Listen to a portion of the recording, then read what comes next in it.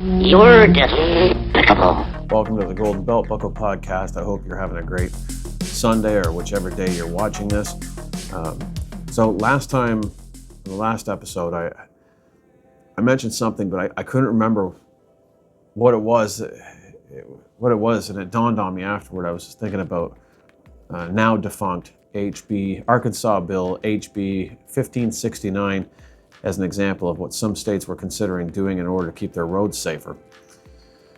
I already mentioned the other penalties in different states for not knowing English, and I spoke about the broader 1936 law, which is now being strongly enforced by the Trump administration. English proficiency.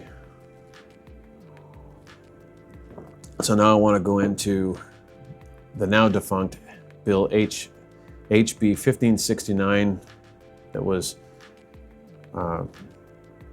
debated, I guess, in Arkansas in early March and was withdrawn in early April and removed with something a little bit less extreme. This bill would have essentially destroyed, well, it wouldn't have destroyed Canadian trucking, it's just one state, but it would have hampered operations for a lot of companies, not just trucking companies, but suppliers, customers, consumers, whatever. It would have hampered operations for businesses and hurt consumers, best way of putting that.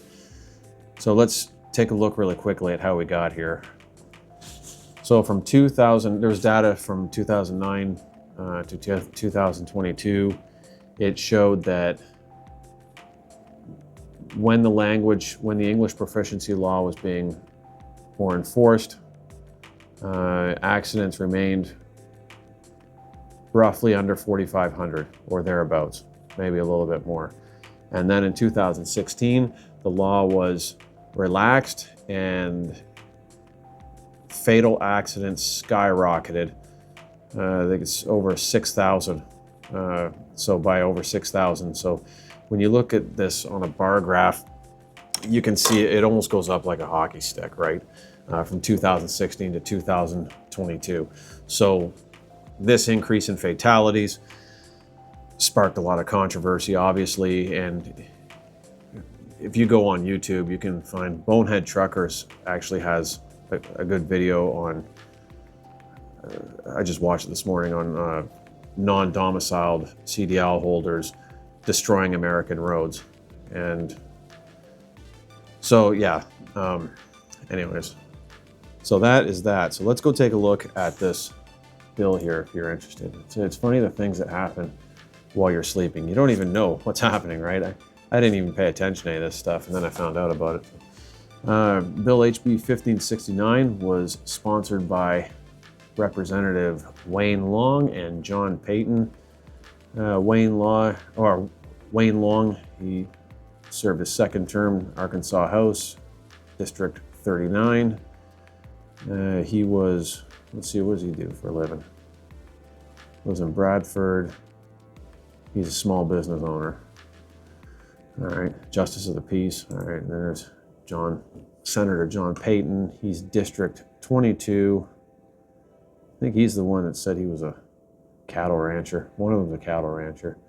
But anyways, they sponsored this bill 1569.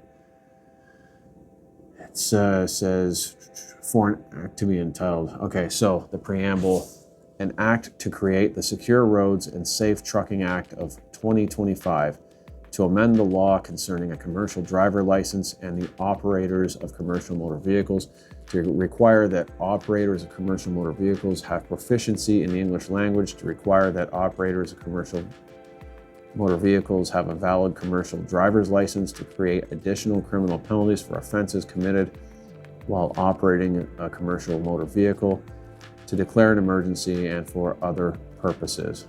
So, subtitle, to create the Secure Roads and Safe Trucking Act of 2025, to amend the law concerning commercial drivers, to create penalties for offenses committed while operating a commercial motor vehicle, and to declare an emergency. Okay, so that's the opening of the bill. And before I go any further, I'd like to remind you to, if you like the content, please subscribe You know, honestly, I've been driving a truck for 25 years, if you haven't known. If I haven't mentioned this or you didn't see any of my other videos. I literally started this video for shits and giggles. I enjoy nerding out on certain topics. Don't claim to know everything, but seeing as I like to nerd out on things, it just seemed like a good fit. So, not looking to get into a fight with anybody. Yeah, everybody's got their own interests. And I will say, if you've been driving a truck for any length of time, maybe you should have your own channel. You probably have something to say too. I'm sure somebody new could learn from. So if you'd like the content, do me a favor, just like and subscribe. Okay, so we'll get back to this. So that's the bill. And this is the spot in the bill, the part in the bill that would absolutely decimate Canadian and Mexican CDL holders. It says part 1. Let's see where we're at. Oh, those are the lines. Sorry, I don't know how to read a bill that well, but line 19 through 27 says an individual operating a commercial motor vehicle within this state shall possess 1, a valid CDL issued by a state, territory, or possession of the United States, the District of Columbia, or the Commonwealth of Puerto Rico, or both, a valid commercial driver's license issued by a state, territory, district, or province of Canada or Mexico, so far so good, except, and a valid work visa. So they call it reciprocation laws. We honor American driver's licenses. Americans honor Canadian driver's licenses. You don't need a work visa. I don't need a work visa to cross into the States. Americans don't need whatever it is we require to cross into Canada. But under this bill, we would have needed both our license and a valid visa. And from what I read, the most likely, there's like 30 different visas, I guess. Like there's a whole bunch, but the most likely would be the H-2B temporary visa. And this would just cause a lot of trouble. Just here's a couple of points about it. To qualify for an H-2B non-immigrant classification, the petitioner must establish that there are not enough U.S. workers who are able, willing, qualified, and available to do the temporary work. So I've read to be in compliance with that, you would the company that you're supposed to be bringing the freight in for would have to first advertise the job to a local company or some American company. I kind of wonder. I work for an American firm. I mean, I'm Canadian, but I work for an American firm, so I wonder, like, would they have to first get an American, see if one of their American drivers could do it before we could do it. So you have to prove that there's no one available, and then secondly, there's actually a numerical limit or cap on the total of aliens who may be issued one of these visas or otherwise granted H-2B status during a fiscal year. Currently, Congress has set the H-2B cap at 66,000 per fiscal year, with 33,000 for workers who begin employment in the first half of the fiscal year. That's October 1st to March 31st, and 33,000 for workers who begin employment in the second half of the fiscal year, April 1st to September 30th. Any unused numbers from the first half fiscal year will be available for employees seeking to hire H-2B workers during the second half of the fiscal year. However, unused H-2B numbers from one fiscal year do not carry over into the next. Once the H-2B cap is reached, USCIS may only accept petitions for H-2B workers who are exempt from the H-2B cap. So, I don't even know how that would work. I don't even know how that would work. I mean, it's above my pay grade, but it would be, obviously, for anybody listening to this, it would be additional steps that your employer would have to go through. It would make things a lot harder for your employer. It'd make things a lot harder for the customer that wants to buy the goods from a Canadian supplier, we would just be a hassle. As truckers, Canadian truckers, we would just be a hassle. So the most logical thing to do would be for the American customer to just get an American driver to deal with it, right? Just make things a lot easier. That's the way things go, right? So that would have decimated, I believe, any business going. And so typically, okay, put it this way. A customer wants to buy something. The information goes to the supplier, which in this case would be Canadian, and then the supplier contacts a carrier, or they have their own carriers, and then the carrier will go to the supplier, or they'll go to the supplier, pick up the freight, and then they'll take it straight to the customer, right? Just boom, boom, boom, right? But then you add this on, and effectively Canadians are kind of screwed. If they're going to take something down to Arkansas, you'd have to have the customer contacting the supplier in Canada. The supplier would contact the carrier, and then the carrier would pick up the freight from the supplier, and then they'd have to go to a warehouse. Another company from Arkansas or some other state would then be dispatched to pick up the freight from the warehouse and then take it to the customer. So now you got extra steps involved. It'd be even more complicated if there were multiple stops on there, because now you got LTL, you've got all sorts of things. You'd have multiple trucking companies coming in to pick up all this parsed freight from the warehouse to go any which way in Arkansas. So you'd have a whole bunch of other steps. Now, if there's other steps that are involved, that comes with consequences. That comes with added costs, right? Anytime you add more steps, you've got to pay extra money for it. So now we look at like who would have been the winners and losers if this happened. So now the winners would have been obviously American suppliers, because Canadian suppliers would have been unattractive, right? That makes sense. You want to go where things can be done easier. American trucking companies, they would have won, right? And warehousing firms would have won, because there'd obviously be more of a need for warehousing. So in that sense, they would get a boost. The losers would be the Arkansas businesses that wanted to purchase from Canadian suppliers, right? Obviously, they would lose. Canadian suppliers would lose. Canadian truckers, obviously, they would lose, because that would just be less for them to do. It may be less miles. You know, they could still take it to the States, but they wouldn't be able to go into Arkansas with it unless they had all these ducks in a row. And then ultimately the consumers.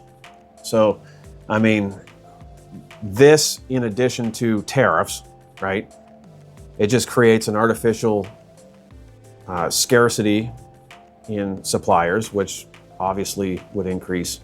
It would obviously increase the cost. So losers are Arkansas businesses, Canadian suppliers, Canadian truckers, and consumers.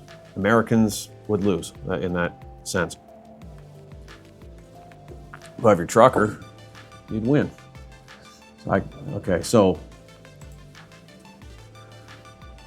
So that would have been, like, I can only imagine if everyone did that. So eventually what happened was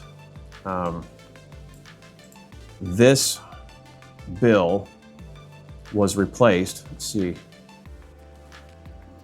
This bill was eventually replaced by HB 1754. So this extreme bill was removed. So apparently this bill was withdrawn because there was a lot of backlash from Canadian trucking organizations. There was the ACLU, they threw a fit about the whole thing. They said it was racist. It's gonna affect new Canadians, essentially, right? I mentioned before that there's a lot of new Canadians that go in and that maybe they didn't know the language, right? So whether you like it or whether you don't like it, it was withdrawn. So it was replaced by Bill HB 1754, which is a less less extreme. Let's see, it was sponsored by Republican of the 81st District, R.J. Hawk, and Kim Hammer, Senator Kim Hammer of District 16. And under this one it says HB 1754, which Sanders signed into law as Act 604, enacted essentially the same English language requirements as withdrawn HB 1569, though with milder punishments for offenses than HB 1569 proposed. Act 604 created, among others, the offense of operating a commercial motor vehicle without sufficient English language proficiency that was also featured in HB 1569, according to the Act. So 27 or 23,304, operating a commercial motor vehicle without sufficient English language proficiency. A, an operator of a commercial motor vehicle shall be able to read and speak the English language sufficiently to, 1, converse with the general public. Now this is important information, because if you're wondering what to do, it's like I read last time. You'd be all doom and gloom, where you can say, what can I do about it, right? So in the state of Arkansas, right now, it's pretty much the same as what it is everywhere. Operator of a commercial motor vehicle must be able to converse with the general public, 2, understand highway traffic signs and signals in the English language, and 3, respond to official inquiries, and 4, make entries on reports and records. And I can't remember if it's Mother Trucker, I think it was Bonehead Truckers. They, at the end of the video I mentioned earlier, they have, he posted part of a debate. This one was in Oklahoma. They also created new laws, new state laws enforcing English. And part of the debate was, like, I think the guy mentioned people not understanding traffic signs, and they turn the wrong way onto an interstate going, like, say, southbound in a northbound lane. So it obviously matters. It's obviously caused some trouble. So 1569 required English language proficiency, at least to be able to do the job. And then it had even stricter penalties for anybody caught driving in Arkansas without being able to speak English, or having their license plus the visa. And this has dropped all of that and just requires English proficiency. So that is pretty much where it stands. So hopefully you gain some value out of that. Anyways, I think I'm gonna cut it off right there. It's been a long day. Y'all have a good day. Keep the rubber side down. Take care. And remember, if you get value out of this, don't forget to like and subscribe. Cheers.